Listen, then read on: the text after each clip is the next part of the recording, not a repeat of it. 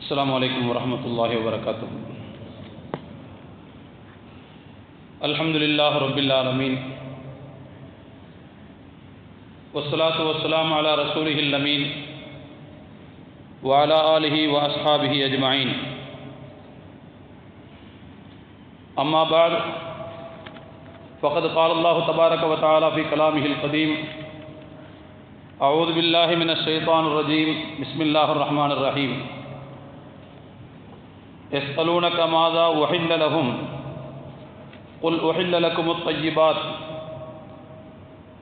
وما علمتم من الجوارح مكلبين تعلمونهن مما علمكم الله فكلوا مما أمسكنا عليكم واذكروا اسم الله عليه واتقوا الله إن الله سريع الحساب. وقال نبينا صلى الله عليه وسلم: من اقتنى كلبا إلا كلب ماشية أو كلب صيد نقص من عمله كل يوم قيراطان. صدق النبي صلى الله عليه وسلم. எல்லா புகழும் ஏக இறைவனாகிய அல்லாஹ் ஒருவனுக்கே உரித்தாகட்டும். சலாத்தும் சலாமும் ஈருலகத் தூதர், உலகை திருத்திய உத்தமர் நபிகள் நாயகம் ஸல்லல்லாஹு அலைஹி வஸல்லம் அவர்கள் மீதும், அவர்களை பின்பற்றி வாழ்ந்த உத்தமர்களான சத்திய சஹாபாக்கள், தாபிஈன்கள், தபஉத் தாபிஈன்கள், நல்லோர்கள், மேன்மக்கள் அனைவர் மீதும் என்றென்றும் நிலவட்டுமாக. எல்லாம் வல்ல அல்லாஹுவின் மகத்தான அருளும் அவனுடைய வற்றா பெருங்கருணையும் நம் அனைவர் மீதும், நம்மை சார்ந்த அனைவர் மீதும் என்றென்றும் பொழியட்டுமாக. கண்ணியத்திற்குரிய அல்லாஹுவின் நல்லடியார்களே, இன்றைய ஜும்மாவினுடைய உரையிலே நாய்களுடைய சட்டதிட்டங்களை பற்றிய இஸ்லாத்தின் பார்வையை எடுத்து சொல்ல விரும்புகிறேன். இதை இப்பொழுது சொல்வதற்கு ஒரு அடிப்படையான காரணம் இருக்கிறது. அதிகமாக நாய் தொல்லைகளால் பாதிக்கப்படக்கூடியவர்களுடைய எண்ணிக்கை கடந்த காலங்களை விட இப்போது அதிகமாக இருக்கிறது என்கின்ற தரவுகளை நாம் பார்த்து கொண்டிருக்கிறோம்.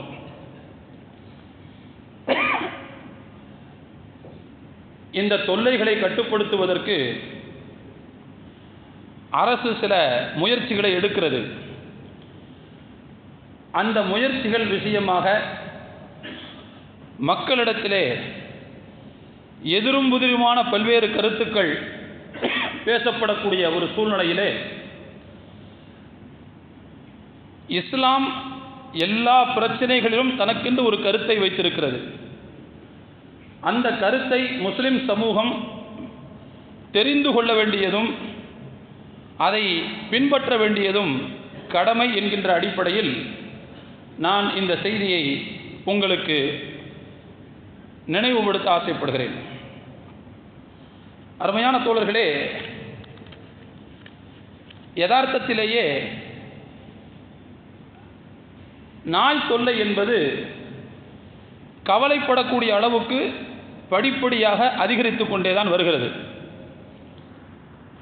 The national centre for disease control, தேசிய நோய் கட்டுப்பாட்டு மையம் தெரிவிக்கக்கூடிய கருத்தின்படி இந்திய அளவில் கடந்த 2024ஆம் ஆண்டு நாடு முழுவதும் 37 லட்சத்திற்கும் அதிகமான நாய்க்கடி புகார்கள், சம்பவங்கள் பதிவாகி இருக்கின்றன என்று ஒரு தரவு கூறுகிறது. இது கொரோனா நோய் தொற்றுக்கு பிறகு 2021 படிப்படியாக கொஞ்சம் கொஞ்சமாக வளர்ந்து கொண்டே வருகிறது. 23 27க்கும் அதிகமான லட்சம். அதுதான் இந்த ஆண்டு, கடந்த ஆண்டு 37 லட்சமாக அதிகமாக இருக்கிறது. நம்முடைய தமிழக அளவில் பார்க்கும்போது பப்ளிக் ஹெல்த் டிபார்ட்மெண்ட், பொது சுகாதாரத்துறை தரக்கூடிய புள்ளி விவரத்தின்படி 2024 தமிழகத்தில் மட்டும் கிட்டத்தட்ட 4,79,000 நாய்க்கடி புகார்கள் சம்பவங்கள் பதிவாகியிருக்கின்றன. இதில் 40 பேர் சிகிச்சை பலன் இல்லாமல் இறந்து போயிருக்கிறார்கள். 4,79,000 பேர்களில் 40 பேர். இது கடந்த 23 வந்து 4,41,000. இறப்பு எண்ணிக்கை வந்து 22. அதுக்கு முந்தைய வருஷங்களில் கூட இதைவிட அதிகமாக சம்பவங்கள் பதிவாகி இருக்கிறது. ஆனால் இறப்பு வீதம் என்பது குறைவாக இருந்தது. பொது சுகாதாரத்துறை அலுவலர்களில் ஒருவர் தெரிவிக்கக்கூடிய கருத்தின்படி முன்னாலெல்லாம் 1,00,000 பேர் நாய்க்கடிக்கு ஆளானால் ஒருவர் அல்லது 2 பேர் அவர்கள்தான் சிகிச்சை பலனில்லாமல் இறப்பார்கள். அந்த ரேஷியோ எப்படி இருந்துச்சுன்னு சொன்னால் 1,00,000க்கு ஒரு ஆள் 2 ஆள் அப்படி தான் இருந்துச்சான். ஆனால் கடந்த 2024 தரவுகளின்படி பார்க்கும்போது 4,00,000 சம்திங் நாய்க்கடி பிரச்சனையில் புகார்களில் சம்பவங்களில் 40 பேர் சிகிச்சை பலனில்லாமல் இறந்து போயிருக்கிறார். அப்படின்னா ரேஷியோ என்ன வருதுன்னா 1,00,000க்கு சுமார் 10 பேர்கிட்ட வந்துடுது. இதுக்கு முன்னாடி வரைக்கும் 1,00,000க்கு 1 இருந்தது அல்லது 2 இருந்தது. கிட்டத்தட்ட நெருக்கி 10 வரைக்கும் வருகிறது. எனவே தான் அரசாங்கம் இது விஷயத்தில் அதிகமாக முயற்சி எடுக்கிறது. அது இன்றைக்கு பெரும் பேசு பொருளாக மாறி இருக்கிறது. அரசாங்கம் இந்த தொல்லையை கட்டுப்படுத்துவதற்கு அதிகபட்சமாக அவர்கள் எடுக்கக்கூடிய முயற்சி என்ன அப்படின்னு பார்த்தீங்கன்னு சொன்னால், அந்த கட்டுப்பாடு பண்ணுறதுன்னு ஒன்று இருக்குது. அதாவது கருத்தடை பண்ணுறது, இது ஒரு வழி. பெரும்பாலும் இன்னும் என்ன செய்வாங்கன்னு சொன்னால், பிடிச்சிட்டு போய் தடுப்பூசி போட்டு திரும்ப கொண்டு வந்து விட்டு போயிடுவாங்க. இந்த மாதிரி சில நடவடிக்கைகள் தான் எடுக்கப்படுவதை பார்க்கிறோம். ஆனால் இன்னைக்கு மக்கள்கிட்ட என்ன கருத்து வருகிறது என்று சொன்னால், அதை வந்து நாய்கள் தொல்லையான நாய்களை பிடிச்சி கொன்றுங்க என்று சில பேர் சொல்கிறார்கள். இன்னும் சில பேர் பிடிச்சிருங்க, சைனாவில் கொண்டு போய் விட்டுருங்க, சைனாவில் கொண்டு போய் கொடுத்துருங்க, ஏன்னா அவங்க தான் நாய்க்கறிலாம் சாப்பிடுவாங்க, அங்கே கொடுத்துருங்கன்னு சில பேர் சொல்கிறாங்க. இப்படி பலரும் பல விதமான கருத்துக்கள் சொல்கின்ற அதே நேரத்தில் இந்த ஜீவகாருண்யம் பேசுகிற சில பேர் இருப்பாங்க. அதாவது பொருத்தம் இல்லாமல் ஜீவகாருண்யம் பேசுவாங்க.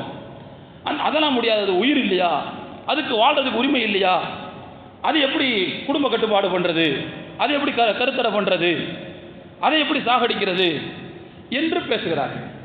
தோழர்களே, இந்த இடத்தில்தான் அல்லாஹுவின் வேதம் நம்முடைய கையில் இருக்கிறது, வஹி சார்ந்த நம்முடைய வழிகாட்டல் நம் கையில் இருக்கிறது. அப்படிங்கிற அடிப்படையில் இந்த விஷயத்தில் நம்முடைய பார்வை, இஸ்லாத்தினுடைய பார்வை என்ன என்பதை நாம் புரிந்து கொள்ள வேண்டும்.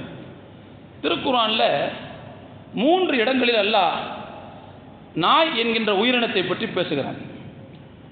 ஒரு இடத்தில் வேட்டை ஆடுவதற்கான கருவி என்கின்ற அடிப்படையில் அல்லாஹ் நாயை பற்றி பேசுகிறான். யஸ்அலூனக மாதா உஹில்ல லஹும் குல் உஹில்ல லக்குமுத் தய்யிபாத். 5வது அத்தியாயம் அல் மாயிதா, அதில் 4வது வசனத்தில் அல்லாஹ் சொல்கிறான், நபியே, தங்களுக்கு எவையெல்லாம் அனுமதிக்கப்பட்டவை என்று அந்த மக்கள் உங்களிடத்தில் கேட்கிறார்கள். குல், நீங்கள் சொல்லுங்கள், உஹில்ல லக்குமுத் தய்யிபாத், தூய்மையான பொருட்கள் அனைத்தும் உங்களுக்கு அனுமதிக்கப்பட்டிருக்கிறது. அது மட்டுமல்ல, வமா அல்லம்தும் மினல் ஜவாரிஹி முகல்லிபீன துஅல்லிமூனஹுன்ன மிம்மா அல்லமக்குமுல்லாஹ், வேட்டையாடக்கூடிய பிராணிகளில் எதற்கு நீங்கள் பயிற்சி கொடுத்து அல்லாஹ் உங்களுக்கு கற்றுக் கொடுத்ததை அந்த உயிரினத்திற்கு கற்றுக் கொடுத்தீர்களோ, அப்படிப்பட்ட வேட்டை நாய்கள், வேட்டை பிராணிகள் உங்களுக்காக எதை பிடித்து கொண்டு வந்து தருகிறதோ அதுவும் உங்களுக்கு ஹலாலாக ஆக்கப்பட்டிருக்கிறது, அனுமதிக்கப்பட்டிருக்கிறது என்று நபியை நீங்கள் சொல்லுங்கள் என்று அல்லாஹ் குறிப்பிடுகிறார். இந்த ஆயத்து என்ன சொல்லுதுன்னு சொன்னால், வேட்டையாடுவதற்கென்று சில பிராணிகளை பழக்குவார்கள், பயிற்சி கொடுப்பார்கள். அந்த வகையில் நாயும் அவ்வாறு பயிற்சி கொடுக்கப்படக்கூடிய உயிரினங்களில் ஒன்று. எனவே ஒரு நாய்க்கு முறையாக வேட்டையினுடைய பயிற்சி கொடுக்கப்பட்டிருந்தால் உங்களுக்கு வழங்கப்பட்ட நாலேஜை நீங்கள் அதுக்கு நீங்கள் பயிற்சி கொடுத்துருப்பீர்களே, ஆனால் அந்த நாய் வேட்டையாடக்கூடிய பொருட்கள் உங்களுக்கு அனுமதிக்கப்பட்டது. அது பயிற்சி எப்படி இருக்கும்னா, அந்த உரிமையாளர் என்ன சொல்கிறாரோ அதை தான் செய்யும், அதுக்கு மேலே எதையும் செய்யாது. ஓடுன்னா ஓடும், நில்லுன்னா உடனே அந்த இடத்துல நின்றும். எனவே அதை அனுப்பும்போது அல்லாஹ்வின் பெயரால் பிஸ்மில்லா என்று சொல்லி வேட்டையாட அதை அனுப்பி அது போய் ஒரு பிராணியை பிடித்து கொண்டு வந்தால், வேட்டையாடுவதற்காக போகக்கூடிய அந்த நாய் தனக்காக எதுவும் சாப்பிடாமல் அப்படியே உரிமையாளருக்காக கொண்டு வந்து கொடுக்கும். அதான் பயிற்சியினுடைய முதிர்ச்சி. அப்படி கொண்டு வந்து கொடுத்துச்சுன்னு சொன்னால், அந்த பிராணியில் உயிர் இருந்தால் உடனே அறுத்து சாப்பிடலாம். அந்த பிராணியில் உயிர் இல்லை என்றால் அனுப்பும்போது பிஸ்மில்லா சொன்ன காரணத்தினால அதை சாப்பிட்டுக் கொள்ளலாம் என்று மார்க்கம் சொல்கிறது. அப்போ இந்த ஆயத்து நாயை வேட்டை ஆடுவதற்கான கருவி என்று குர்ஆன் பேசுகிறது. அதே போல் இன்னொரு இடத்தில் அல்லாஹ் நாயினுடைய, இந்த இடத்துல ஒரு முக்கியமான விஷயத்தை நீங்கள் கவனிங்க. என்ன அப்படின்னா, ஒரு நாய்க்கு பயிற்சி கொடுத்து விட்டால் எப்படி வேட்டையாட வேண்டும், எப்படி உரிமையாளருடைய சொல்லுக்கு கட்டுப்பட வேண்டும் என்கின்ற பயிற்சி அதற்கு அளித்து விட்டால் மற்ற நாய்களிடமிருந்து அது தனித்துவம் பெற்ற நாயாக மாறிவிடுகிறது. இந்த இடத்துல அறிஞர்கள் என்ன எழுதுறாங்கன்னு சொன்னால், இல்மு, ஒரு பயிற்சி, ஒரு அறிவு ஒரு பொருளுக்கு கிடைத்து விட்டால் எப்படி அதனுடைய மற்ற இனத்திலிருந்து அது வேறுபட்டு தனிச்சிறப்பு பெற்றதாக ஆகிறதோ, அதுபோலத்தான் மனிதன் அறிவு ஞானத்தை பெற்றால் மற்ற ஆட்களிலிருந்து அவர் வேறுபட்டு விடுவார், தனித்துவம் பெற்று விடுவார், தனிச்சிறப்பை அடைந்து விடுவார் என்று இந்த வசனத்திற்கு கீழே அறிஞர்கள் சில விளக்கம் எழுதுகிறார்கள். இது ஒன்றுங்க. ரெண்டாவது, குர்ஆனில் அல்லாஹ் தஆலா நாயினுடைய யதார்த்தமான பண்பை, நடத்தையை அல்லாஹ் தஆலா குறிப்பிடக்கூடிய வகையில் ஒரு இடத்தில் பேசுகிறான். இஸ்ரவேலருடைய காலத்தில், மூசா நபியினுடைய காலத்தில் ஒருவர் இருந்தார். அவருடைய பெயர் பல்ஆம் பின் பாவூரா என்று சொல்லப்படுகிறது. அவர் அல்லாஹ்விடத்தில் கையேந்தி துவா செய்தால் உடனே அல்லாஹ் துவாவை ஒப்புக்கொள்வான். அப்படிப்பட்ட மதிப்பும் மாண்பும் மிக்கவராக இருந்தவர். யாருக்காவது பிரச்சனை என்றால் அவரிடத்தில் போய் முறையிடுவார்கள், அவர் துவா செய்வார், அந்த பிரச்சனை நீங்கும். அப்படியான ஒரு மனிதர். ஆனால் இவ்வளவு மகத்துவம் பெற்ற அந்த மனிதர் அற்ப ஆதாயத்திற்கு, சில சல்லி காசுகளுக்கு அவர் ஆசைப்பட்டு மூசா நபிக்கு எதிராக பிரார்த்தனை செய்யக்கூடிய அளவுக்கு அவர் போய்விட்டார். ஃபிரௌனுடைய சில அற்ப ஆதாயங்களுக்காக அந்த இடத்துக்கு போயிட்டார். அல்லாஹு தஆலா அந்த நபரை பற்றி, அதாவது உயர்ந்த அந்தஸ்தை பெற்று இருந்த ஒரு மனிதர் அற்ப காசுகளுக்காக வேண்டி சத்தியத்திற்கு எதிரான அணியில் வந்து நின்று கொண்டு தன்னுடைய மனோ இச்சையின்படி நடந்து கொண்டாரே, வழிகட்டு போனாரே, அவருக்கான உதாரணமாக அல்லாஹ் சொல்லும்போது ஃபமஸலுஹு கமஸலில் கல்பு, இந்த மனிதர் யாரை போன்றவர் என்றால் ஒரு நாயை போன்றவர். இன் தத்ருகுஹு இல்ஹஸ் இன் தஹ்மில் அலைஹி இல்ஹஸ் அவ் தத்ருகுஹு இல்ஹஸ், அந்த நாயை நீர் விரட்டினாலும் அது நாக்கை தொங்க விட்டு கொண்டே ஓடும், அதை நீர் சும்மா விட்டு விட்டாலும் அதை நாக்கை தொங்க போட்டு கொண்டே இருக்கும் என்று அல்லாஹ் சொல்கிறான். அது என்ன, அது நீங்கள் பார்த்துருப்பீங்க, நாய்ங்கிறது பெரும்பாலும் நாக்கை தொங்க விட்டு கொண்டே இருக்கும். பொதுவாக இந்த நாக்கை வெளியே நீட்டுதல், நாக்கை வெளியே தொங்க போடுதல் அப்படிங்கிறது உயிரினங்களுக்கு உள்ள ஒரு பழக்கம். எல்லா உயிரினங்களும் நாக்கை வெளியிலே தொங்க விடும். எப்போ தொங்க விடும்னா, கடுமையான கஷ்டம் ஏற்படும் போது, அளவுக்கு அதிகமான தாகம் ஏற்படும் போது நாக்கை வெளியே நீட்டும். ஆனால் அந்த தாகம் தணிந்து விட்டால் நாக்கை உள்ளது போயிடும். அந்த தாகம் இருந்துக்கிட்டு இருக்கும் போதெல்லாம் அது நாக்கை வெளியிட்டு அப்படின்னு அர்த்தம் இல்லை, லேசாக நீட்டும், அதுக்கப்புறம் உள்ளே எடுத்துக்கும். மற்ற உயிரினங்களுக்குள்ள இந்த பண்பில் இருந்து நாய் மட்டும் வேறுபட்டது. அது எப்போதும் தன்னுடைய நாக்கை வெளியில் தொங்க விட்டு கொண்டே தான் இருக்கும். தாகம் எடுத்தாலும் தொங்கவிடும், தாகம் தீர்ந்தாலும் தொங்கவிடும், நோய்வாய்ப்பட்டாலும் தொங்கவிடும், நோய் இல்லாமல் இருந்தாலும் தொங்கவிடும். எல்லா நேரத்திலையும் அது தொங்க விட்டு கொண்டிருக்கும். இப்படிப்பட்ட ஒரு குணத்தை அல்லாஹ் கெட்டுப்போன அந்த மனிதருக்கு உதாரணம் சொல்கிறான். என்ன சொல்ல வரான்னா, நல்ல அந்தஸ்தை பெற்ற மனிதர் ஆனால் ஒரு கட்டத்தில் அற்ப காசுக்கு ஆதாயத்திற்கு ஆசைப்பட்டு அனைத்தையும் தொலைத்து விட்டார். இப்போ அவர்கிட்ட போய் நீங்கள் அவருக்கு நல்லது சொன்னாலும் அவர் ஏற்றுக்கொள்ள மாட்டார், நீங்கள் சொல்லாவிட்டாலும் ஏற்றுக்கொள்ள மாட்டார். எப்படி தாகம் இருந்தாலும் நாக்கை நாய் வெளியே தொங்க விடுகிறதோ, தாகம் இல்லாவிட்டாலும் எப்படி நாக்கை இதை தொங்க விடுகிறதோ, அதுபோல தான் இவருக்கு சொன்னாலும் திருந்த மாட்டார், சொல்லாட்டாலும் திருந்த மாட்டார், அவரை விட்டுருங்க என்கின்ற கருத்தில் அல்லாஹ் இந்த இடத்தில் பேசுகிறார். இது 2வது இடங்க. அல்லாஹ் 6ஆம் அத்தியாயத்தில் 175 176 வசனம்.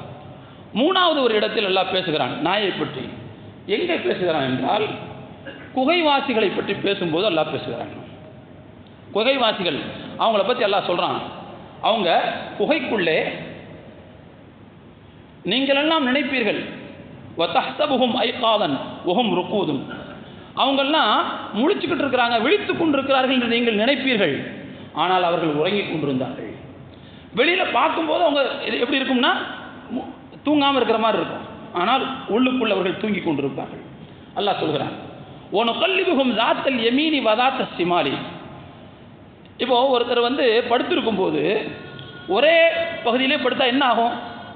ஒரே பகுதியிலே படுத்தா என்ன ஆகும்? சில பேர் பார்த்தீங்கன்னா ஒரு மாதம் 2 மாதம் பெட்டில் விழுந்துருவாங்க, ஒரு பக்கமாகவே படுத்திருப்பாங்க, ஒரு பக்கத்தில் புண்ணு வந்துடும். ஆனால் அப்படிப்பட்ட பிரச்சனைகள் விடக்கூடாதுங்கிறதுக்காக அல்லாஹ் அந்த குகைவாசிகளை இப்படியும் அப்படியுமாக புரட்டி புரட்டி போட்டு கொண்டிருந்தான். அல்லாஹ் சொல்கிறான், நாம் அவர்களை வலப்பக்கமாகவும் இடப்பக்கமாகவும் புரண்டு புரண்டு படுக்க செய்தோம். மொத்தத்தில் அவங்க பார்க்கும்போது நீங்கள் தூங்காமல் இருப்பாங்க நினைப்பீங்க, ஆனால் அவங்க தூங்கிக்கிட்டு இருந்தாங்க. அப்பப்போ நாம் அப்படி திரும்பி போட்டுக்கிட்டு இருந்தோம் அப்படின்னு சொல்லிட்டு வக்கல்புஹும் வாசித்துன் திராஐஹி பில் வசீது, அவர்களுடன் இருந்த நாய் தன்னுடைய 2 முன்னங்கால்களையும் விரித்து வைத்துக்கொண்டு வாசலில் அது படுத்து கிடந்தது என்று அல்லாஹ் சொல்கிறான். குகைவாசிகளை பற்றி பேசும்போது அவர்களுடன் இருந்த நாயை பற்றியும் அல்லாஹ் பேசுகிறான். இந்த இடத்துல ஒரு பெரிய வியப்புக்குரிய செய்தி என்னன்னு சொன்னால், ரம்யான தோழர்களே, அந்த நாயை அந்த குகைவாசிகள் தங்களுடன் குகைக்குள் அனுமதிக்கவில்லை. இந்த விஷயத்தை நீங்கள் அடிக்கோடு போட்டு மனசில் வச்சுக்கோங்க. அனுமதிக்கவில்லை, அது வெளியில் தான் இருந்தது. அந்த குகைவாசிகளில் யாரோ ஒருவருக்குரிய சொந்தமான ஒரு நாய் அது. அந்த மனிதர் அந்த நாயை பண்ணை பாதுகாப்புக்கோ அல்லது வேட்டை கருவியாகவோ பயன்படுத்தி கொண்டிருந்தார். அந்த அடிப்படையில் அவரோடு சேர்ந்த அந்த நாயும் ஓடி வந்து விட்டது. ஆனால் அதை அவங்க உள்ளுக்குள்ள அனுமதிக்கலை. எனவே அவர் அந்த குகைவாசிகள் இருந்த குகைக்கு வெளியே தன்னுடைய முன்னங்கால்களை விரித்து அது படுத்து கிடந்தது என்று அல்லாஹ் சொன்னார். பெரிய ஆச்சரியமான செய்தி என்னன்னு சொன்னால், அல்லாஹ் குகைவாசிகளை பற்றி பேசும்போதெல்லாம் அந்த நாயை பற்றியும் பேசக்கூடிய சூழ்நிலையை ஏற்படுத்தினான். ஒரு ஆயத்தில் பின்னால் ஒரு ஆயத்தில் வரும், அல்லாஹ் அந்த குகைவாசிகளை பற்றி திரும்ப திரும்ப சொல்கிறான், சயகூலூன ஸலாஸத்துன் ராபிஉஹும் கல்புஹும். குகைவாசிகள் எத்தனை பேர் என்று வரும்போது மக்கள் சொல்லிக்கொண்டார்கள், பேசிக்கொண்டார்கள், அவர்கள் 3 பேர், 4வது அந்த நாய் என்று பேசிக்கொண்டார்கள். வயகூலூன கம்சத்துன் சாதிசுஹும் கல்புஹும். சில பேர் இப்படி பேசிக்கிட்டாங்க, மொத்தம் அவங்க 5 பேர், 6வது நாயின்னு பேசிக்கிட்டாங்க. வயகூலூன சபஅத்துன் வசாமினுஹும் கல்புஹும். அவங்க 7 பேர்னு சில பேர் பேசிக்கிட்டாங்க, 8வது நாய் என்று அல்லாஹ் சொல்லுவாங்க. இந்த இடத்துல இந்த நாய்ங்கிற வார்த்தையை எல்லாம் திரும்ப திரும்ப 3 தடவை பேசுகிறாங்க. அறிஞர்கள் என்ன எழுதுறாங்கன்னு சொன்னால், அந்த குகைவாசிகளுக்கு அல்லாஹ் என்ன மரியாதையை கொடுத்தானோ அந்த மரியாதையை அந்த நாய்க்கும் அல்லாஹ் கொடுத்தான். அவர்கள் எப்படி உள்ளுக்குள்ளே தூங்கினார்களோ அதுபோல காவல் காக்கின்ற அதே தோரணையிலேயே அந்த நாயும் படுத்து தூங்கியது. பார்த்தா காவல் காக்கிற மாதிரி இருக்கும், ஆனால் தூங்கிட்டு இருந்துச்சு. அவர்களுக்கு என்ன அந்தஸ்தை கொடுத்தானோ அதே அந்தஸ்தை நாய்க்கும் அல்லாஹ் கொடுத்தான். அதனால்தான் குகைவாசிகள் திரும்ப திரும்ப பேசப்படக்கூடிய இடத்திலெல்லாம் நாய்ங்கிற வார்த்தையையும் அல்லாஹ் திரும்ப திரும்ப பேசினான். நல்லோர்களோடு சகவாசம் வைத்து கொண்டால் நல்லோர்களுக்கு கிடைக்கின்ற சிறப்பும் நாய்க்கு கூட கிடைக்கும் அப்படிங்கிறத அல்லாஹு தாலா இந்த ஆயத்தின் மூலமாக உணர்த்துகிறான் என்று அறிஞர்கள் நமக்கு சுட்டி காட்டுகிறார். தோழர்களே, இப்படி குர்ஆனில் 3 இடங்களில் நாயை பற்றி அல்லாஹ் பேசுகிறான். சரி, இஸ்லாத்தினுடைய சட்டத்திட்டம் என்று வருகிற போது நாயை பற்றிய சட்டத்திட்டம் என்ன அப்படின்னு பார்த்தோம்னா, தோழர்களே, முதலாவது விஷயம், நாயை இஸ்லாம் எப்படி பார்க்கிறது என்று சொன்னால், அது பண்ணை பாதுகாப்பு, விவசாய பாதுகாப்பு, காவல் காத்தல், இந்த மாதிரியான நோக்கங்களுக்காக அதை பயன்படுத்தி கொள்ளலாம் என்று சொல்வது. விவசாய பாதுகாப்பு, கால்நடை பாதுகாப்பு. ஊர்கள்லாம் பார்த்தீங்கன்னு சொன்னால் ஆட்டெல்லாம் வெளியில் தான் கட்டி போடுவோம், கோழிலாம் இருக்கும் வெளியில் தான் அந்த கூடுக்குள்ளே வச்சுருப்போம். நைட்டில் களவாணி பேர் வந்து தூக்கிட்டு போயிடுவாங்க. இப்போது அதை பாதுகாக்கிறதுக்கு என்ன செஞ்சுக்கலாம், ஒரு நாய் வைத்துக்கொள்ளலாம். அப்படி வைத்து கொண்டால் அது எங்கே இருக்க வேண்டும், வீட்டுக்கு வெளியில் தான் இருக்கணும், அல்லது விவசாய நிலத்தில் தான் இருக்கணும், அல்லது அந்த பண்ணையில் தான் கட்டி போடப்பட்டிருக்கணும். மனிதர்கள் குடி இருக்கக்கூடிய இடத்துக்குள்ளே அது வரக்கூடாது அப்படிங்கிறது சட்டம். அருமையான தோழர்களே, அப்போ மார்க்கம் இந்த நோக்கத்திற்காக அனுமதிக்கிறது. குர்ஆனிலேயே அதற்கான தகவலும் வருகிறது. வேட்டை நாயாக பயன்படுத்தி கொள்ள குர்ஆன் அனுமதிக்கிறது. அதே போல காவல் காக்கக்கூடிய பணிக்கு அதை பயன்படுத்திக் கொள்ளலாம் என்பதை குகைவாசிகளுடைய அந்த வரலாறு நமக்கு சுட்டி காட்டுகிறது.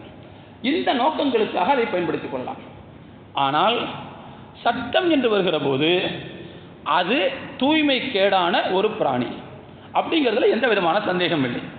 நபிகள் நாயகம் ஸல்லல்லாஹு அலைஹி வஸல்லம் சொன்னார்கள், இதா வலகல் கல்பு ஃபி இனாயி அஹதிக்கும் ஃபல்யுரிக்ஹு சும்ம லியக்ஸில்ஹு சபஅ மர்ராத்தின் ஊலாஹுன்ன பித்துராப்.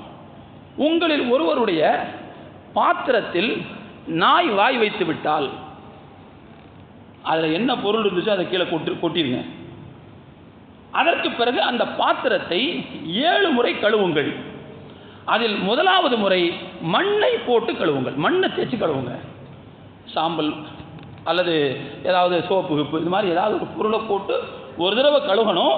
அப்படி கழுவி முடிக்கிறதா ஒரு தடவை, அதற்கு பிறகு இன்னொரு 6 தடவை கழுவணும். மொத்தம் இப்படி 7 தடவை கழுவினால்தான் அது சுத்தமாகும் என்று மார்க்கம் சொல்கிறது. நபிகள் நாயகம் சொல்கிறார்கள். காரணம் என்ன? இன்றைக்கு மருத்துவ உலகம் அதை சொல்கிறது. நாயினுடைய எச்சில்ல கிட்டத்தட்ட 150க்கும் மேற்பட்ட உயிர்கொல்லி வைரசுகள் இருக்கலாம் என்று மருத்துவ விஞ்ஞானம் சொல்கிறது, மருத்துவ அறிவியல் சொல்கிறது. குறிப்பாக இந்த வெறிநாய்க்கடி என்று சொல்லக்கூடிய இந்த ரேபிஸ் வைரஸ் மிக மோசமானது. கிட்டத்தட்ட ஆளை கொள்ளுகிற அளவுக்கு கூட போயிடும். நான் சொன்ன புள்ளி விவரத்தில் கடந்த 2024 40 பேர் அந்த வெறிநாய்க்கடி நோயால் பாதிக்கப்பட்டு அவர்கள் உயிரிழந்திருக்கிறார்கள். அப்போ அந்த அளவுக்கு பாதிப்பை ஏற்படுத்தக்கூடிய கிருமிகள் அதில் இருக்கிறது. மார்க்கம் அதனால தான் சொல்லுது, ஒரு பூனை வாய் வச்சுன்னு வச்சுக்கோங்க, அதை அப்படி கழுவ தேவையில்லை. வேறு ஒரு ஆடு, வீட்டில் ஆடு இருக்குது, ஆடு வந்து என்ன செஞ்சிருச்சு, நம்ம சமயத்தில் டீ போட்டு வச்சுருப்போம், டீ வந்து குடிச்சிட்டு போயிடும், அதை அப்படி கழுவணும்னு அவசியம் கிடையாது. ஆனால் நாய் வாய் வைத்து விட்டால் 7 முறை கழுக வேண்டும். அதில் முதலாவது முறை மண்ணை போட்டு தேய்த்து கழுக வேண்டும். மண்ணை போல மற்ற பொருட்கள்னு வச்சுக்கோங்க, அதை போட்டு தேய்ச்சி கழுவணும் என்று மார்க்கம் சொல்கிறது. சரி, என்ன காரணம் அப்படின்னு சொன்னால் அதனுடைய எச்சில்ல ஈரம் இருக்கிறது இல்லையா. இதுபோல் ஒரு நாய் நனைந்து விட்டு வருகிறது, நம்ம மேலே வந்து உரசிருச்சு, நம்ம மேலே எந்த ஈரமும் இல்லை, நாய் ஈரமாக வந்து ஒட்டிருச்சு. ஒட்ட போது நம்முடைய ட்ரெஸ்ஸில் அந்த ஈரம் பட்டால் அந்த ஈரத்தையும் நான் சொன்ன அந்த முறைப்படி கழுக வேண்டும். 7 முறை கழுகணும். முதலாவது முறை மண்ணை போட்டுக்கணும். வாய் வச்சா மட்டும்தான் அப்படின்னு இல்லை. அல்லது நாய் காஞ்சு தான் நிற்கிது, நம்ம ஈரமாக இருந்தோம், நம்ம மேலே நாய் உரசிட்டு போயிடுச்சு, நம்ம ஈரமாக இருந்தோம், அது உரசிட்டு போயிடுச்சு. இப்போவும் உரசின அந்த இடத்த கிட்டத்தட்ட 7 தடவைகள், முதல் தடவை மண்ணை விட்டு கழுக. இது மார்க்கத்தினுடைய சட்டம். ஏனென்று சொன்னால் அறிஞர்கள், சில சட்ட அறிஞர்களுடைய கருத்துப்படி நாய் என்பது அது மொத்தமே நஜிஸ், அசுத்தமானது அப்படிங்கிறது தான் சில அறிஞர்களுடைய நிலைப்பாடு. வேறு சில அறிஞர்கள் அது மொத்தமும் நஜிஸ் இல்லை, ஏன்னா அதை வேட்டைக்கு பயன்படுத்திக் கொள்ளலாம் என்று சொல்லப்பட்டிருக்கிறது என்று சில அறிஞர்கள் சொல்கிறார்கள். மொத்தத்தில் அது மொத்தமும் நஜிஸ்ன்னு வச்சுக்கிட்டாலும் சரிதான், நஜிஸ் இல்லைன்னு வச்சுக்கிட்டாலும் சரிதான், அதனுடைய எச்சில் பட்டாலோ மற்ற ஈரம் பட்டாலோ அந்த ஈரப்பகுதியை 7 முறை, முதலாவது முறை மண்ணை போட்டு 7 முறை மொத்தம் கழுவ வேண்டும். இந்த சட்டம் அதுக்கு உண்டு அப்படிங்கிறத கவனிக்கணும். அது மட்டுமல்ல தோழர்களே, நாய் பிஸ்னஸ் இருக்கு பாருங்க, நாய் வியாபாரம் மார்க்கத்தில் தடை செய்யப்பட்ட வணிகம். நீங்கள் இருக்கிறதுலே உயர்ந்த ஜாதி நாயை வச்சு வித்தாலும் சரிதான், ராஜபாளைய நாயை வச்சு வித்தாலும் சரிதான், அல்லது இந்த என்ன சொல்லுவாங்க சில இதுக்கெல்லாம் வந்துச்சு பாருங்கள், ரொம்ப அழகு பொருள் மாதிரி இருக்குமே, அது என்னவாக இருந்தாலும் சரி, எந்த உயர்ந்த ஜாதியாக இருந்தாலும் சரி தான், நாய் பிஸ்னஸுக்கு ஹராம். நாயின் மூலமாக கிடைக்கக்கூடிய இந்த வருமானம் என்பது அது தடுக்கப்பட்ட வணிகம் அப்படிங்கிறது மார்க்கத்தினுடைய பார்வை. நபிகள் நாயகம் ஸல்லல்லாஹு அலைஹி வஸல்லம் சொன்னார்கள், லா யஹில்லு சமனுல் கல்வி வலா ஹுல்வானுல் காஹினி வல் மஹ்ருல் பகி. நபி ஸல்லல்லாஹு அலைஹி வஸல்லம் சொல்றாங்க, ஜோசியக்காரனுக்கு கொடுக்கக்கூடிய தட்சணை அது ஹலால் இல்லை. அதே போல விபச்சாரத்திற்கு கொடுக்கப்படும் கூலி அதுவும் ஹலால் அல்ல. எதோட சேர்க்குறாங்க பாருங்க ரசூலுல்லாஹ், நாய்க்கான காசு கிரயம் அதுவும் ஹலால் இல்லைன்னு சொல்கிறாங்க. அப்படின்னா என்ன அர்த்தம்? அந்த பிஸ்னஸ் மூலமாக காசு வந்தால் அது ஹலால் அல்ல, ஹராமு. அது எந்த நாயாக இருந்தாலும் சரிதான். ஆனால் இன்றைக்கி பாருங்கள், நாயை கையில் வார் போட்டு கூட்டு போகிறதுங்கிறது ஒரு பெரிய ஸ்டேட்டஸ், அது ஒரு பெரிய அந்தஸ்து, அது அது வந்து நம்முடைய தகுதியை எங்கே கொண்டு போயிருக்கு அப்படின்னு உலகம் நினைக்குது. ஆனால் இஸ்லாத்தினுடைய பார்வையில் எந்த நாயாக இருந்தாலும் சரிதான், அது அது அது விற்பனைக்கு கூடாது. ஆனால் சில அறிஞர்கள் மட்டும் என்ன சொல்கிறாங்கன்னா, நீங்கள் அதற்கு பயிற்சி கொடுத்திருந்தால், ஒரு வேட்டை நாயாக உருவாக்கி இருந்தால், அந்த மாதிரி நீங்கள் உங்களுடைய உழைப்பை கூட்டியிருக்கீங்கல்ல, அப்போ அதை நீங்கள் கை மாற்றும் போது விற்பனை செய்து கொள்ளலாம் என்று சில அறிஞர்களுடைய கருத்து. மொத்தத்தில் பெரும்பான்மை அறிஞர்களுடைய கருத்து அதை விற்கக்கூடாதுங்கிறது தான், விற்றா அதனுடைய வருமானம் தவறு என்பது தான். சரி, ஒரு நாயை செல்லப்பிராணியாக வளர்க்க முடியுமா என்றால் இஸ்லாத்தினுடைய பார்வையில் அது ஹராம், தவறு, வளர்க்கவே முடியாது, வளர்க்கக்கூடாது. நான் ஏற்கனவே சொன்னேன்ல, குகைவாசிகளுடைய நாயை பற்றி சொல்லும்போது அது குகைக்குள் அனுமதிக்கப்படவில்லை, வெளியில் தான் படுத்து கிடந்தது. அதை அண்டர்லைன் பண்ணிங்கன்னு சொன்ன பார்த்தீங்களா, இதுக்காக தான் சொன்னேன். என்னன்னா, அதை ஒரு செல்ல பிராணியாக வளர்க்க முடியாது. நம்ம வீட்டுக்குள்ளே நம்ம பிள்ளைங்க மாதிரி, நம்முடைய கிட்ஸ் மாதிரி இதை ஒரு சின்ன குட்டி பேரை வச்சுக்கிட்டு அதை வச்சுக்கிட்டு அதுக்கு வந்து சீ விடுறது, சிங்காரிச்சு விடுறது, அதுக்கு ட்ரெஸ் போட்டு விடுறது, இதெல்லாம் வெள்ளையர்களுடைய பழக்கம், மேல்நாட்டுக்காரங்களுடைய பழக்கம். அங்கே வந்து குடும்பம் சிதைஞ்சு போச்சு. அங்கே வந்து கல்யாணங்கிறதெல்லாம் கிடையாது, ஒழுங்காக புள்ள பெற்றுக்கிறதெல்லாம் கிடையாது, உரிமை, பெண் உரிமை, அது இதுன்னு சொல்லி எல்லாம் பிச்சுக்கிட்டு வீட்டை விட்டு வெளியே வந்துருச்சு. இப்போ அன்பு காட்டுறதுக்கு, நேசம் காட்டுவதற்கு உயிருள்ள ஏதாவது வேண்டும். அதனால் அந்த மேலை நாகரிகம் மனிதர்களை தொலைத்து விட்டு அந்த இடத்துல கொண்டு வந்து நாயை வச்சுக்கிச்சு. அந்த இடத்துல கொண்டு வந்து செல்லப்பிராணியாக நாயை வைத்துக் கொண்டார்கள். இது மேல்நாட்டு கலாச்சாரம். அதனால தான் தென்னாப்பிரிக்காவினுடைய அதிபர், இப்போ இருக்கிற அதிபர் ஒரு தடவை சொன்னார், இந்த பெட் அனிமல் கலாச்சாரம்லாம் அங்கே கிடையாது, அதெல்லாம் என்றைக்கு அழிஞ்சு போச்சுன்னு சொல்லி சொன்னார். மேலை நாடுகளிலிருந்து அவருக்கு கடுமையான எதிர்ப்பு வந்துச்சு. அது எப்படி இங்கே சொல்ல போகிறது? ஆனால் யதார்த்தம் அதுதான். குடும்பத்தை தொலைச்சிட்டு, கட்டின மனைவியை தொலைச்சிட்டு, பிள்ளைகளை தொலைச்சிட்டு, சொந்தம் கொண்டாடுறதுக்கு யாரும் இல்லாமல், அன்பு காட்டுறதுக்கு, நேசம் காட்டுறதுக்கு உயிர் இல்லாமல் அவர்கள் விட்டேத்தியாக கிடந்து கொண்டிருந்த நேரத்தில் அவர்கள் அன்பு காட்டுவதற்காக எடுத்துக்கொண்ட பொருள் தான் நாய், பூனைங்கிறதுலாம். அப்போ செல்லப்பிராணியாக வளர்க்கிறது அப்படிங்கிற அது பின்னணிங்கிறது இப்படி தான் வந்துச்சு. இதுதான் இன்றைக்கி எப்படி வந்து நிற்கிதுன்னு சொன்னால், காரில் முன் சீட்டில் உட்கார வச்சுட்டு போகிறது, எங்கேயாவது பயணம் போனால் அதுக்குன்னு தனி ஃப்ளைட் டிக்கெட் போட்டு பக்கத்தை வச்சு கூட்டு போகிறது, அப்படிங்கிற லெவலுக்கு வந்து நிற்கிது. இது நாகரிகம் கிடையாது, இது அநாகரிகம். எப்படி முதியோர் இல்லம் என்பது அநாகரிகம் தான் நம்ம சொல்கிறோம். ஏன் முதியோர் இல்லம் ஏன் வந்துச்சு? அந்தந்த முதியோரை அவர்களுடைய வீட்டில் யாரும் பாதுகாக்கவில்லை, அவங்களுடைய சொந்தங்கள் பாதுகாக்கவில்லை. எனவே முதியோர் இல்லங்களை வந்து நாகரிகத்தின் அடையாளமாக பார்க்க முடியாது, அநாகரிகத்தினுடைய அடையாளம், அது அறிகுறி. அது அதே போலத்தான் பெட்டனிமல் கலாச்சாரம் என்பதும் அது அநாகரிகம், உறவுகள் சிதைந்து போனதனுடைய அடையாளம் என்பதை நாம் புரிந்து கொள்ள வேண்டும். அதனால் இஸ்லாத்தினுடைய பார்வையில் அதுக்கு எந்த விதமான அனுமதியும் கிடையாது என்பதுதான் நாம் இங்கே புரிந்து கொள்ள வேண்டிய யதார்த்தமான விஷயம். அடுத்த தோழர்களே, இந்த நாய்களை கொலை செய்கிறது அப்படின்னு ஒன்று இருக்குதுங்க. சில பேர் நீங்கள் இப்போ பேசுகிறாங்க, அதை கொன்ற வேண்டியது தானே அப்படின்ட்டு. இஸ்லாத்தினுடைய பார்வை இதில் ஒன்று இருக்குதுங்க. என்ன அப்படின்னா, ஒரு தடவை ஜிப்ரீல் அலைஹிஸ்ஸலாம் அவர்கள் ரசூலுல்லாஹ்ட்ட வர்றாங்க. எப்போ வந்தாலும் அனுமதி கேட்டுட்டு தான் வீட்டுக்குள்ளே வருவாங்க. ஜிப்ரீல் அலைஹிஸ்ஸலாம் அவர்கள் வாசலில் நின்று ரசூலுல்லாஹ்ட்ட அனுமதி கேட்டாங்க. ரசூலுல்லாஹ் அனுமதி கொடுத்துட்டாங்க, உள்ளே வாங்கன்னு. வரவே மாட்டேங்கிறார் ஜிப்ரீல். உள்ள அனுமதி கொடுத்தாச்சு, வரணும்ல, வரலை. அப்போ சொன்னாங்க, அல்லாஹ்விடத்திலிருந்து தூதராக என்கிட்ட வந்திருக்கிறீங்க, நீங்கள் ஜிப்ரீல், நீங்கள் வந்திருக்கீங்க, உங்களுக்கு அனுமதி கொடுத்தாச்சு, ஏன் உள்ளே வர மாட்டீங்க? அப்போ சொன்னாங்க, அனுமதி கொடுத்துட்டீங்க, ஓகே, ஒலாக்கின்னா லா நதுகுலு பைத்தன் ஃபீஹி கல்புன், நாய் இருக்கிற வீட்டுக்குள்ளே நாங்கள் வரமாட்டோம், அதனால் வெளியில் நின்றுட்டு இருக்கோம் அப்படின்னாங்க. பார்த்தா அதுக்கு பிறகு தேடி பிடிச்சி பார்த்தா ரசூலுல்லாஹ்வுடைய படுக்கைக்கு கீழே ஏதோ ஒரு மூலையில் ஒரு குட்டி பப்பி ஒன்று நின்றுச்சு, ஒரு குட்டி நாய் ஒன்று நின்றுச்சு. அப்புறம் எடுத்து வெளியே தூக்கி போட சொன்னாங்க. இதற்கு பிறகு நபி ஸல்லல்லாஹு அலைஹி வஸல்லம் அவர்கள் மதீனாவில் உள்ள நாய்களை கொல்லுமாறு உத்தரவிட்டார்கள். மதீனாவில் இருக்கிற நாய்களை ஃபுல்லாக கொன்றுங்க, ஏன்னா ஜிப்ரீல் வந்துட்டு போக வேண்டியிருக்குது. அப்போ ஏதாவது இடத்துல ஏதாவது சிக்கல்னா வராமல் போயிடுவார். அதனால் மதீனாவில் இருக்கிற நாய்களை கொன்றுங்க அப்படின்னு நபி ஸல்லல்லாஹு அலைஹி வஸல்லம் உத்தரவு போட்டாங்க. இந்த ஹதீஸ் அறிவிக்கக்கூடிய அபூ ராஃபிங்கிற சஹாபி சொல்கிறாங்க, நாங்கள் சில பேரோட சேர்ந்து மதீனாவின் எல்லா நாய்களையும் கொன்றோம். ஒரு வீட்டுக்கு போயிருந்தோம். அந்த வீட்டில் ஒரு அம்மா மட்டும் இருந்தாங்க. அவங்களுக்கு உதவிக்கு யாருமே இல்லை, ஒரு நாய் மட்டும்தான் இருந்துச்சு. அந்த நாய் தான் அவங்களுக்கு பாதுகாப்பாக இருந்துச்சு, காவல் காத்துக்கிட்டு இருந்துச்சு. நாங்கள் அந்த அம்மா மேலே இறக்கப்பட்டு அந்த நாயை மட்டும் விட்டுட்டு வந்துட்டோம். வந்து ரசூலுல்லாஹ்ட்ட சொன்னோம், யார் ரசூலுல்லாஹ் இப்படி ஒரு நாய் இருந்துச்சு, இதை இறக்கப்பட்டு விட்டுட்டு வந்துட்டோம். இல்லை போய் அதையும் கொன்றுங்கன்னு சொன்னாங்க ரசூலுல்லாஹ். அதுக்கு பிறகு வந்து நாங்கள் அதையும் கொன்றோம்.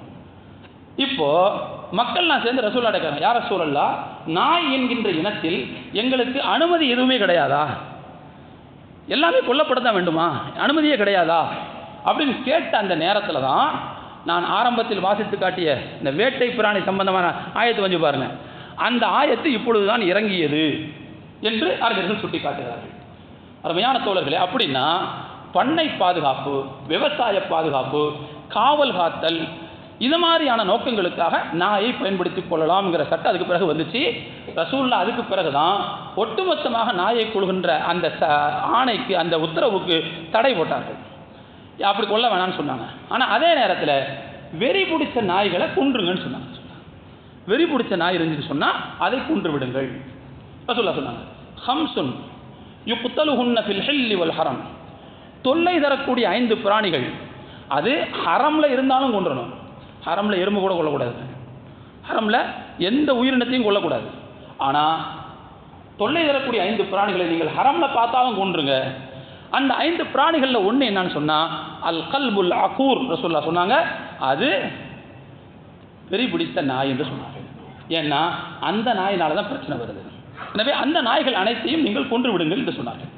அப்போ தோழர்கள் இந்த இடத்துல புரிந்து கொள்ள வேண்டும், நாய்களை கொலை செய்ய உத்தரவிடுறதுனால இஸ்லாத்துக்கு ஜீவகாருண்யம் இல்லை, நபி ஜீவகாருண்யம் மற்றவர் அப்படிங்கிற மாதிரி யாரும் புரிஞ்சுக்கிறாங்க.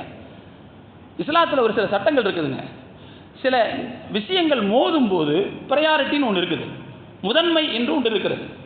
மனித உயிரா நாயின் உயிரா என்று வரும்போது மனித உயிர் தான் முக்கியமானது. அந்த வகையில் நாயினுடைய உயிரை கொல்வதற்கு மார்க்கம் அனுமதிக்கிறது. ப்ரையாரிட்டி தான் இதில். ஆனால் அதே நேரத்தில் நீங்கள் கவனிக்கணும், தவித்து கொண்டிருந்த, தாகத்தால் தவித்து கொண்டிருந்த ஒரு நாய்க்கு தண்ணீர் அள்ளி கொடுத்ததால், கிணற்றில் இறங்கி தண்ணீர் அள்ளி அதனுடைய தாகத்தை தீர்த்ததால், விபச்சாரம் செய்த ஒரு பெண்மணிக்கு அல்லாஹ் மன்னிப்பு கொடுத்து சொர்க்கத்துக்குள்ளே அனுமதித்தான் அப்படின்னு ரசூலுல்லாஹ் சொன்னாங்க.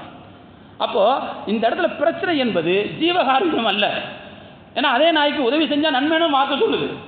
அப்போ என்ன அர்த்தம்னா, எது தொல்லை தருகிறதோ, எது பிரச்சனைக்குரியதாக இருக்கிறதோ அதை நீங்கள் அழிக்கிறது தப்பில்லை. மனித உயிரா மிருகத்தின் உயிரா என்று வரும்போது மனிதனுடைய உயிர் தான் முக்கியமானது. நான் ஏற்கனவே சொல்லியிருக்கிறேன், மார்க்கம் என்பது 5 அடிப்படை விஷயங்களை பாதுகாப்பதற்காக வந்திருக்கிறது. அதில் ஒன்று மனித உயிர். மனித உயிரை எக்காரணம் கொண்டும் வீணாக்க முடியாது, பாதுகாக்கப்பட வேண்டும்.